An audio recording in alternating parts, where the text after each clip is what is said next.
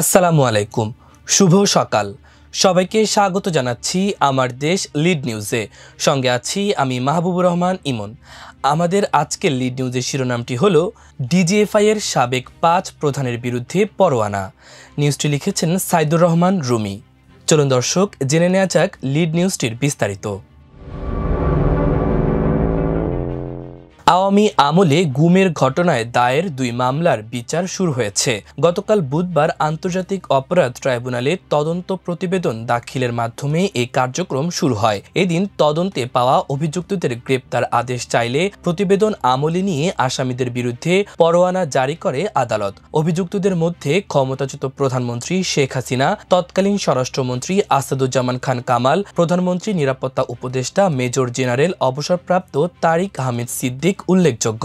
এছাড়া সেনা গোয়েন্দা সংস্থা ডিজিএফআই এর 5 সাবেক প্রধান ও পুলিশের সাবেক আইজি সহ 28 কর্মকর্তা আছেন। পরোয়ানা পাওয়া অভিযুক্তদের মধ্যে ডিজিএফআই, র্যাব, সিটিআইবিতে কাজ করা কর্মকর্তাদের মধ্যে আছেন 3 জন lieutenant general, 5 major general, 6 brigadier general, 3 colonel এবং 5 লেফটেন্যান্ট কর্নেল পদমর্যাদার সেনা কর্মকর্তা।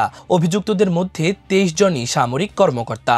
তাদের মধ্যে 11 জন এখনও সশস্ত্র বাহিনীতে কর্মরত আছেন।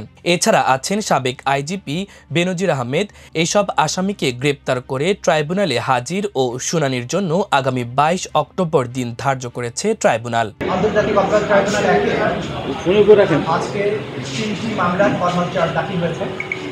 এই 3টি মামলার মধ্যে প্রথম দুটি হচ্ছে বিগত সরকারের আমলে 15 বছর ধরে চলা যে সমস্ত গুম এবং গোপন বন্দিশালায় আটক, নির্যাতন, হত্যাকাণ্ড সহ নানান ধরনের যে অপরাধ হয়েছে সেগুলোর ব্যাপারে প্রথম দুটো মামলার চার্জশিট দাখিল হওয়ার পরিপ্রেক্ষিতে চিফ প্রসিকিউটরের অফিসের পক্ষ থেকে আমরা ফরমাল চার্জ দাখিল করেছি আদালতে। সেই ফরমাল চার্জগুলো আমরা প্লেস করেছি। ট্রাইব্যুনাল সবগুলো অভিযোগের বর্ণনা শুনেছেন। শোনার পরে তাদের এই আসামিদের বিরুদ্ধে অভিযোগ কগনাইজেন্স নিয়েছেন এবং তাদের বিরুদ্ধে গ্রেপ্তারি পরোয়ানা ইস্যু করেছেন। গতকাল ট্রাইব্যুনাল 1 এর চেয়ারম্যান বিচারপতি মোহাম্মদ গোলাম মর্তুজা মজুমদারের নেতৃত্বাধীন 3 সদস্যের বিচারিক প্যানেলে এ আদেশ দেন। প্যানেলের অন্য সদস্যরা হলেন বিচারপতি মোহাম্মদ শফিউল আলম মাহমুদ এবং অবসরপ্রাপ্ত জেলা ও দায়রা জজ মোহাম্মদ মহিতুল হক এনাম চৌধুরী। গতকাল প্রথমবারের মতো ট্রাইব্যুনালে মানবতা বিরোধী অপরাধের মামলায় সামরিক বাহিনীর কর্মকর্তাদের বিরুদ্ধে আনুষ্ঠানিক অভিযোগ দায়ের ও গ্রেপ্তারি পরোয়ানা জারি করা হলো। আসামিদের মাঝে বিভিন্ন বাহিনীর শীর্ষ কর্মকর্তাদের অনেকেই পলাতক আছেন। আসামিদের বিরুদ্ধে জেআইসি তথা আয়নাঘর এবং টিএফআই তথা র্যাবের আয়নাঘরের মাধ্যমে মোট 34টি গুমের ঘটনা সংগঠনের মাধ্যমে মানবতা বিরোধী অপরাধের অভিযোগ আনা হয়েছে। এর মধ্যে র্যাবের টাস্কফোর্স ইন্টারগেশন টিএফআই সেলে আটকে রেখে নির্যাতনের মামলায় 17 জন এবং জয়েন্ট ইন্টারগেশন সেল জেআইসিতে বন্দি রেখে নির্যাতনের মামলায় 13 জনকে আসামি করা হয়েছে। টিএফআই সেলে বন্দি রেখে নির্যাতনের ঘটনায় মানবতা বিরোধী অপরাধের মোট 5টি অভিযোগ আনা হয়েছে। পাশাপাশি জেআইসিতে বন্দি রেখে নির্যাতনের ঘটনায় মানবতা বিরোধী অপরাধের আরও 5টি অভিযোগ আনা হয়েছে। ট্রাইব্যুনালের আইন অনুযায়ী অভিযুক্ত আসামিরা সরকারি কোনো পদে চাকরিরত থাকার সুযোগ নেই। 2টি মামলার মধ্যে জেআইসি-ভুক্ত 13 আসামি হলেন ক্ষমতাচ্যুত প্রধানমন্ত্রী শেখ হাসিনা, তার নিরাপত্তা বিষয়ক উপদেষ্টা মেজর জেনারেল অবসরপ্রাপ্ত তারিক আহমেদ সিদ্দিক এবং ডিজিএফআই এর সাবেক মহাপরিচালক লেফটেন্যান্ট জেনারেল অবসরপ্রাপ্ত আকবর হোসেন, মেজর জেনারেল অবসরপ্রাপ্ত সাইফুল আবিদিন, লেফটেন্যান্ট জেনারেল অবসরপ্রাপ্ত সাইফুল আলম, লেফটেন্যান্ট জেনারেল অবসরপ্রাপ্ত আহমেদ তাবরেজ শামস চৌধুরী ও মেজর জেনারেল অবসরপ্রাপ্ত হামিদুল হক, ডিজিএফআই এর সিটিআইবির সাবেক পরিচালক মেজর জেনারেল অবসরপ্রাপ্ত Mohammad Tauhidul Islam, major general Sheikh Mohammad Sarwar Hossain, major general Kabir Ahmad, brigadier general Mahbub Rahman Siddiqui, brigadier general Ahmed Tanvir Mazhar Siddiqui এবং লেফটেন্যান্ট কর্নেল অবসরপ্রাপ্ত মুকসুরুল হক।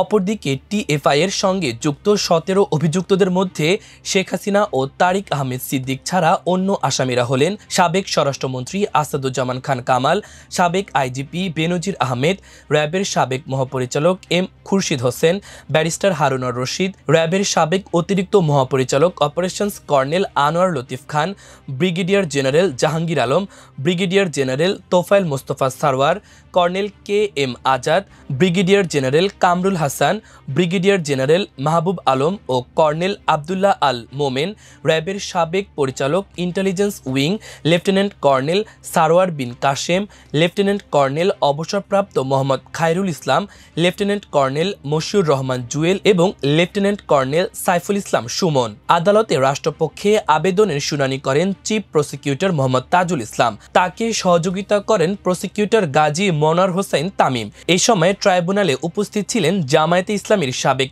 আমির মরহুম গোলাম আজমের ছেলে গুমের শিকার অবসরপ্রাপ্ত ব্রিগেডিয়ার জেনারেল আব্দুল্লাহিল আমান আজমি, হাসিনুর রহমান, মরহুম বিএনপি নেতা সালাউদ্দিন কাদের চৌধুরীর ছেলে হুম্মাম কাদের চৌধুরী, জামায়াত নেতা মীর কাশেম আলীর ছেলে ব্যারিস্টার মীর আহমদ বিন কাশেম আরমান, মাইকেল চাকমা। ট্রাইব্যুনালে আবেদনের পক্ষে তাজুল ইসলাম বলেন, গুম, গোপন বন্দিশালায় আটক, নির্যাতন, হত্যাকাণ্ড সহ নানা অপরাধে জড়িত এই আসামিরা তারা বাংলাদেশে এক ভয়াল পরিস্থিতি তৈরি করেছিলেন। তাদের বিরুদ্ধে আনুষ্ঠানিক অভিযোগ দাখিল করা হলো। তিনি বলেন, দুটি অভিযোগের মধ্যে একটিতে গত ১৫ বছরে র্যাবের কিছু বিপদগামী সদস্যদের মাধ্যমে টিএফআই সেল এবং বিভিন্ন গোপন বন্দিশালায় ভিন্ন মতাবলম্বী রাজনৈতিক কর্মী, সাংবাদিক, ব্লগারকে আটকে রেখে নির্যাতন করার অভিযোগ আছে। এমন হাজারো অভিযোগের মধ্য থেকে যেগুলো এরই মধ্যে প্রমাণিত হয়েছে সেগুলোর ব্যাপারে ফরমাল চার্জ দাখিল করা হয়েছে। এই সময় ট্রাইব্যুনালের বক্তব্যে চিফ প্রসিকিউটর বলেন, গুমের শিকার ব্যক্তিদের হাত কেটে ফেলা, নখ উপড়ে ফেলা, ঘূর্ণয়মান চেয়ারে বসিয়ে কিংবা ইলেকট্রনিক শক দিয়ে লোমহর্ষক নির্যাতন করা হতো।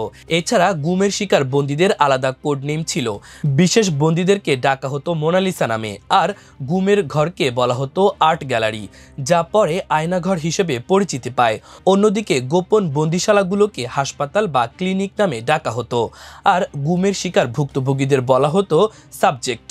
গুমের মামলার প্রথম প্রতিবেদন দাখিল উপলক্ষে গতকাল ট্রাইব্যুনালে উপস্থিত ছিলেন হাসিনা সরকারের আমলে গুমের শিকার ব্রিগেডিয়ার জেনারেল অবসরপ্রাপ্ত আব্দুল্লাহিল আমান আল আজমি। তিনি অভিযুক্তদের বিচার দাবি করে সাংবাদিকদের বলেন, বিনা অপরাধে ডিজিএফআই আমাকে প্রায় ৮ বছর বন্দি করে রেখেছিল। সব জুলুমের বিচার চাই। কেউ আইনের ঊর্ধ্বে নয়। অপরাধী যেই হোক তাকে আইনের মুখোমুখি হতে হবে। ক্ষমতাচ্যুত প্রধানমন্ত্রী সহ যারা জড়িত ছিল তাদের সবার বিরুদ্ধে মামলা করেছি। ব্যারিস্টার আরমান বলেন, আমি ৮ বছর অন্ধকার ঘরে বন্দী ছিলাম। তখন মনে হতো সংবিধান, মানবাধিকার, আইনের শাসন এসব কোথায়। গত ১৬ বছর সংবিধানের ধারাগুলো শুধু কাগজের ওপর কালি ছিল, আর কিছুই অবশিষ্ট ছিল না। হুম্মাম কাদের চৌধুরী বলেন, আজকে এখানে আমরা পরিবার নিয়ে এসেছি। একটি বিষয় জানা দরকার, গুম হয়তো আমাদের করা হয়েছে, কিন্তু ভোগান্তির শিকার হয়েছে আমাদের পরিবারগুলো। ৭ মাস গুম ছিলাম, কিন্তু বিশ্বাস ছিল একদিন বাংলার মাটিতে এর বিচার পাব। অপরাধীরা অনেকে পালিয়ে গেছে, অনেকে দেশে আছে। যারা দেশে আছে আশা করছি শীঘ্রই তাদের আটক করা হবে। পালিয়ে যারা গেছে তারা যেখানে থাকেন খুঁজে বের করা হবে। মাইকেল চাকমা বলেন, যারা আইন বহির্ভূতভাবে আমাকে ৫.৫ বছর গুম করে রেখেছিল তাদের বিরুদ্ধে সুনির্দিষ্টভাবে মামলা দিয়েছি। আমি বিশ্বাস করি ন্যায় বিচার পাব, আর যেন বাংলাদেশে এ ধরনের জঘন্য ঘটনা না ঘটে। ক্ষমতার যারা কেন্দ্রবিন্দুতে থাকে তারা যেন এ বিচার দৃষ্টান্ত হিসেবে গ্রহণ করে। জনগণের বেতনে ইউনিফর্ম পরে গুমের অপরাধে জড়িতদের দায় কোনো বাহিনীর বা প্রতিষ্ঠানের নয় বলে মন্তব্য করেন চিফ প্রসিকিউটর তাজুল ইসলাম। গুমে অভিযুক্তদের গ্রেপ্তারি পরোয়ানা জারির পর চিফ প্রসিকিউটর সাংবাদিকদের ব্রিফিংকালে আরও বলেন, গুমের অভিযোগে ক্ষমতাচ্যুত প্রধানমন্ত্রী শেখ হাসিনা, সাবেক স্বরাষ্ট্রমন্ত্রী আসাদুজ্জামান খান কামাল, শেখ হাসিনা নিরাপত্তা বিষয়ক উপদেষ্টা তারিক সিদ্দিকী, পুলিশের সাবেক মহাপরিদর্শক বেনজির আহমেদ ও র্যাবের সাবেক মহাপরিচালক ব্যারিস্টার হারুনুর রশিদ সহ অন্যান্য আসামিদের মধ্যে অধিকাংশ র্যাবের ও ডিজিএফআই এর সাবেক কর্মকর্তা, যাদের কয়েকজন এখনও নিজ নিজ বাহিনীতে কর্মরত আছেন। তাজুল ইসলাম বলেন, গুমের ঘটনায় উঠে এসেছে কিভাবে র্যাব ও ডিজিএফআইকে ব্যবহার করে ভিন্ন মতের লোকজনকে গোপন কক্ষে বন্দি রেখে ভয়াবহ নির্যাতন চালাতো বছরের পর বছর।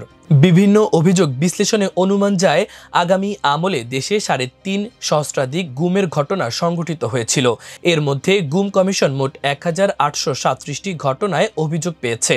আর সর্বশেষ তথ্যে জানা যায় গুমের শিকার 345 ব্যক্তি এখনও নিখোঁজ আছেন।